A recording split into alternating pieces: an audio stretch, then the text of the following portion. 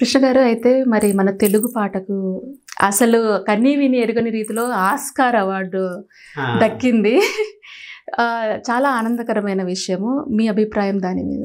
Oscar award మన తెలుగు పాటకు దక్కడం నా భవిష్యత్ అంజగాలని కానీ నభూతోగా మనకు లభించింది. చంద్రబోస్ నాకు బాగా పరిచయం. తొలినాళ్ళలో నేను నా మెలకువల్ని గమనిస్తూ తాను మెలకువగా దారి మార్చుకొని పైకి రాగలిగాడు. నేను ఎందుకయ్యా ఈ పాటలు రాయడానికి వస్తావు, హాయిగా అమెరికా వెళ్ళు, డాలర్లు సంపాదించుకో, ఇంజనీర్ నువ్వు అంటే, లేదు సార్ నాకు ఇది ఇంట్రెస్ట్ అందరికి ఉంటుందయ్యా, కానీ అది ఎంతమందికి నెరవేరుతున్నది కష్టం మరి అంటే, పర్వాలేదు సార్ నేను ప్రయత్నం చేస్తాను. సాధించాడు.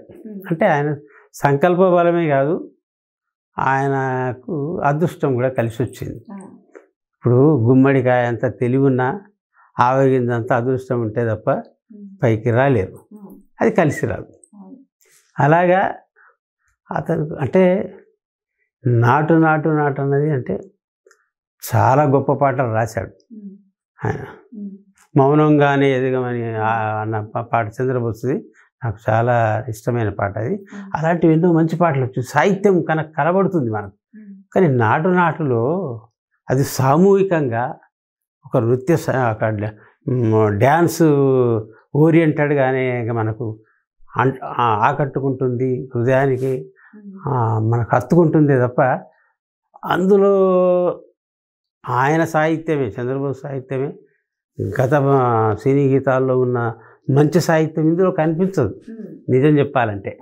కానీ ఆస్కార్కు అది అవార్డుకు ఆస్కారమైంది కాబట్టి మనం గౌరవిద్దాం. అవును కృష్ణ గారు, అంటే మీ అభిప్రాయమే కాదు, చాలామంది తెలుగువారి అభిప్రాయం కూడా నాటు కంటే చాలా ఉన్నతమైన పాటలు మన తెలుగులో ఎన్నో వచ్చాయి. ఎన్నో ఎందుకు, ఆయన చంద్రబోస్ రాసినవే ఉన్నాయి ఎన్నో. కానీ అక్కడి దాకా వెళ్ళలేదు కదా అవి. ఇప్పుడు దానికి ఏమంటే దాని వెనక రాజమౌళి కృషి ఉంది. అక్కడి దాకా తీసుకెళ్ళాడు ఆయన. వాళ్ళందరికీ చూపించగలిగాడు, వాళ్ళందరినీ మెప్పించగలిగాడు, ఆకట్టుకోగలిగాడు. ఎంతమందికి ఉంది ఆ సత్తా. అది అందులో అశోక్ తేజ కూడా బాగానే రాశాడు పాట.